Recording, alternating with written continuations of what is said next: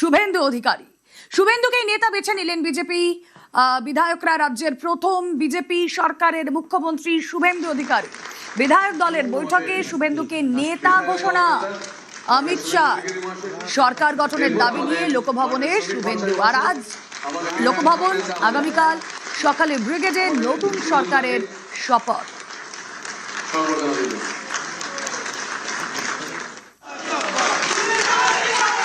অমিত শাহ শুভেন্দু অধিকারীকে নিয়ে কি বললেন অবশ্যই আপনাদের শোনাবো, কিন্তু তার আগে চলে যাব অর্ণব, প্রতিনিধি রয়েছেন আমাদের সঙ্গে।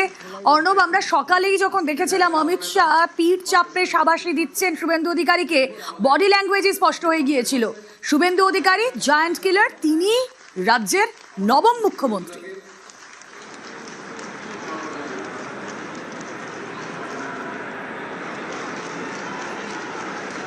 একেবারে তোমার এই বক্তব্যের সঙ্গে আমি আর একটা অংশ যুক্ত করব।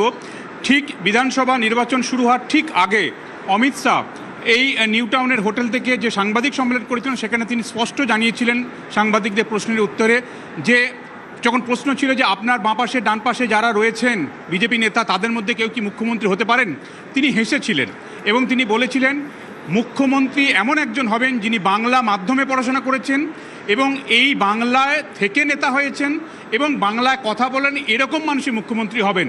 সেদিনও জল্পনা ছিল তাহলে কি শুভেন্দু অধিকারী এবং শ্রমিক ভট্টাচার্য দুজনেকেই তিনি এই লাইনে রাখলেন, এবং সেটা নিয়েই একটা জল্পনা ছিল।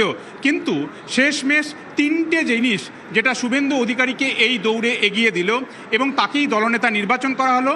রাজ্যের প্রথম বিজেপি সরকারের শ্যামাপ্রসাদ মুখোপাধ্যায়ের মাটিতে প্রথম গেরুয়া যে সরকার, সেই সরকারের মুখ্যমন্ত্রী শুভেন্দু অধিকারীর নাম ঘোষণা করলেন অমিত শাহ।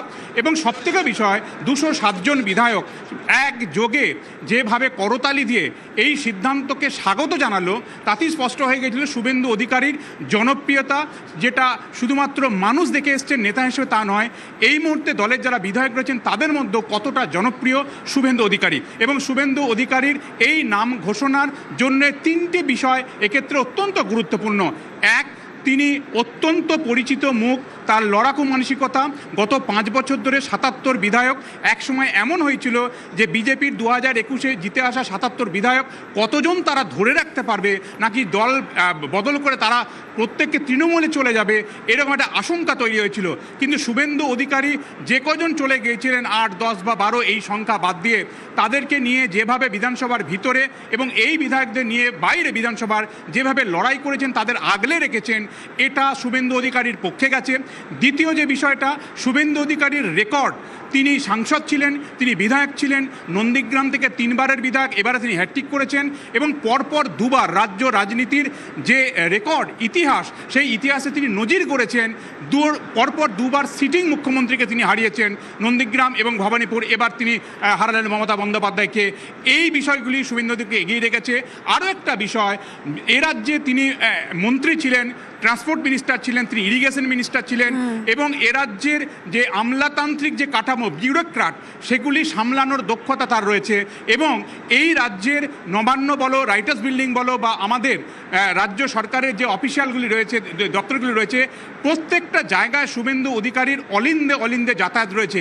বিভিন্ন সময় তিনি তার এক্স হ্যান্ডেলে বা যখন টুইটার ছিল টুইটার হ্যান্ডেলে যে তথ্য নিয়ে এসছেন, সেই তথ্য কিভাবে ফাঁস হলো, এটা নিয়েও তৃণমূল কংগ্রেস চিন্তায় পড়েছে। কাজে এই জায়গা থেকে শুভেন্দু অধিকারীর যে দক্ষতা নেতা হিসেবে, প্রশাসনিক মুখ হিসেবে, সেটা শুভেন্দু অধিকারীকে বাকিদের থেকে অনেক এগিয়ে দিয়েছে। তাই শুভেন্দু অধিকারী মুখ্যমন্ত্রী এবং তিনি দলনেতা নির্বাচন হলেন এবং ঐতিহাসিক যে শপথ অনুষ্ঠান, ব্রিগেড সমাবেশ ব্রিগেডের মধ্যে হতে চলেছে 25শে বৈশাখ, সেখানে তিনি শপথ নিতে যাচ্ছেন, তা এক প্রকার স্পষ্ট। এবং একই সঙ্গে আরেকটা বিষয় আমি বলবো রুমেলা, যে কিছুদিন আগে এই ভোট যখন ঘোষণা হয়নি, ন্যাশনাল লাইব্রেরিতে বিজেপির একটি অনুষ্ঠান হয়েছিল এবং সেই অনুষ্ঠানে বিজেপির রাজ্য নেতৃত্ব, কেন্দ্রীয় নেতৃত্ব, সেখানে শুভেন্দু অধিকারীও ছিলেন। শুভেন্দু অধিকারী ওই ন্যাশনাল লাইব্রেরির অনুষ্ঠান থেকে তিনি বলেছিলেন 5টা দপ্তর তিনি ছেড়ে এসছেন, তিনি সব কিছু ছেড়ে এসছেন কারণ বিজেপি হয়ে তিনি লড়াই করতে, এই সরকারটাকে সরাতে। শুভেন্দু অধিকারীর ওই বক্তব্যের পর বলতে উঠে শ্রমিক ভট্টাচার্য রাজ্য সভাপতি, তিনি খুব স্পষ্টভাবে একটা কড়া এবং একই সঙ্গে বার্তা তিনি দিয়েছিলেন। সেই বার্তা তিনি বলেছিলেন শুভেন্দু অধিকারী এই মুহূর্তে বিজেপি দলে তিনি সম্পৃক্ত হয়ে গেছেন। একদম। কাজেই তিনি তৃণমূল কংগ্রেসের মন্ত্রিত্ব থেকে পদত্যাগ করে কতগুলো ডিপার্টমেন্ট ছেড়ে এসছেন এগুলো বলার প্রয়োজন রাখে না। বিজেপি মানে শুভেন্দু অধিকারী, শুভেন্দু অধিকারী মানে বিজেপি। একদমই অর্ণব। এবং অমিত শাহ তিনি বলছেন যে এই নতুন মুখ্যমন্ত্রী নির্বাচন, শুভেন্দু অধিকারী মুখ্যমন্ত্রী হলেন, বিজেপি সরকার প্রথমবার, সোনার বাংলা গড়বেই বিজেপি। কি বলছেন শুনুন। नरेंद्र मोदी जी की ओर से, हमारे पार्टी के राष्ट्रीय अध्यक्ष नितिन नवीन जी की ओर से और भारतीय जनता पार्टी के करोड़ों कार्यकर्ताओं की ओर से और शुभेंदु भाई को बहुत बहुत शुभकामनाएं देता हूं कि आप सफल होइए और बंगाल के जनता के पूरी आकांक्षाओं को, आशाओं की पूर्ति का आप माध्यम बनिए। शुभेंदु को मैं लंबे समय से जानता हूं, संघर्षशील व्यक्ति है शुभेंदु जी। एडमिनिस्ट्रेशन को भी देखा है और टीएमसी के दूषणों को भी देखा है। यहाँ पर सुशासन देने में हमारी टीम के साथ शुभेंदु जी सफल होंगे, इसका मुझे पूरा विश्वास है। और उन्होंने जो संघर्ष किया है वो संघर्ष आज परिणाम लाया है। আরো একবার চলে যাই, সহকর্মী অর্ণব হাজরা রয়েছেন সঙ্গে। অর্ণব, দেখো শুধুমাত্র যে জয়ের কান্ডারি শুভেন্দু অধিকারী 2026-এ তা নয়, 2021-এও আমরা দেখেছি, 2021-এও আমরা একই ছবি দেখেছি। আমি অর্ণবের সঙ্গে কথা বলার আগে দর্শকদের যে ছবি দেখাচ্ছি, এটা হলো শান্তিকুঞ্জর বাইরে, মানে শুভেন্দু অধিকারীর বাড়ির বাইরের ছবি। সেখানে বিজেপি কর্মী সমর্থক যারা রয়েছেন, এলাকার মানুষ যারা রয়েছেন, তারা গেরুয়া আবির মেখে নাচ গানে মশগুল। কারণ মেদিনীপুর পেয়েছে মুখ্যমন্ত্রী। শুভেন্দুকে নেতা বেছে নিয়েছেন বিজেপি বিধায়করা। রাজ্যের প্রথম বিজেপি সরকারের প্রথম মুখ্যমন্ত্রী নির্বাচিত হলেন শুভেন্দু অধিকারী। এই ছবি আপনাদেরকে দেখাচ্ছি, যেখানে আনন্দ উল্লাসে মেতে উঠেছেন বিজেপি কর্মী সমর্থকরা। এই ছবি দেখতে দেখতেই আসুন কথা বলি অর্ণব হাজরার সঙ্গে। অর্ণব, যে কথা তোমায় বলছিলাম যে শুভেন্দু অধিকারী যে এবার শুধু জয়ের কান্ডারি, 2026-এ তিনি তার ক্যারিশমা দেখিয়েছেন তা নয়, আমরা 2021-এও দেখেছিলাম মমতা বন্দ্যোপাধ্যায়কে তিনি হারিয়ে দিয়েছিলেন নন্দীগ্রামে। আমরা যদি তারও আগে যাই, তাহলে সংগঠক শুভেন্দু অধিকারী, প্রশাসনিক জায়গা থেকেও তিনি অনেকটা এগিয়ে।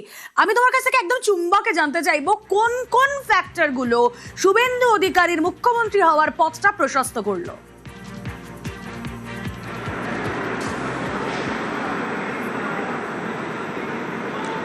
দেখো, শুভেন্দু অধিকারীর রেকর্ড, তার সংসদীয় রাজনীতিতে তার অভিজ্ঞতা, তার বিধায়ক হিসেবে কাজ করার অভিজ্ঞতা, তার এ রাজ্যে মন্ত্রী হয়ে এ রাজ্যের যে প্রশাসনের যে অন্দরমহল সেখানে ঢুকে কাজ করার অভিজ্ঞতা, একই সঙ্গে তার আইপিএস আইএস লেভেলে তার যে নেটওয়ার্ক, সেই নেটওয়ার্ক, একই সঙ্গে এই প্রশাসন বা মন্ত্রিত্ব চালানোর জন্য যে দক্ষতার প্রয়োজন, শুধু তাই নয়, বিভিন্ন বিষয়ে তার কিন্তু আপডেটেড তথ্য থাকা, সেটা আইনি পরিভাষায় বলো, যে কোনো বিষয়ে লিগ্যালিটির দিক থেকে বলো, সব দিক থেকে তিনি কিন্তু আপডেটেড ছিলেন।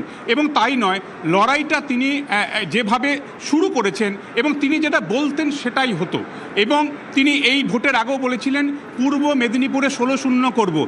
কার্যত ফলেও তো সেটা দেখা গেছে। অর্থাৎ সংগঠক হিসেবে তার যে সাকসেস রেট, একই সঙ্গে তার প্রশাসনিক যে দক্ষতা, এই সব বিষয়গুলি তার এক্ষেত্রে এগিয়ে রয়েছে তাকে মুখ্যমন্ত্রী পদে বসানোর জন্য। এবং একই সঙ্গে যেভাবে তিনি বিরোধী দলনেতা হিসেবে বিধানসভার ভিতরে লড়াই করেছেন, 77 জন বিধায়ক, সেখানের মধ্যে অনেকেই চলে যান তৃণমূল কংগ্রেসে, তাদেরকে যেভাবে একজোট করে তিনি 5টা বছর কাজ করেছেন, সেটাও ছিল তারিফযোগ্য। অন্তত বিজেপির নেতৃত্ব মনে করছে, কেন্দ্রীয় নেতৃত্ব মনে করছে।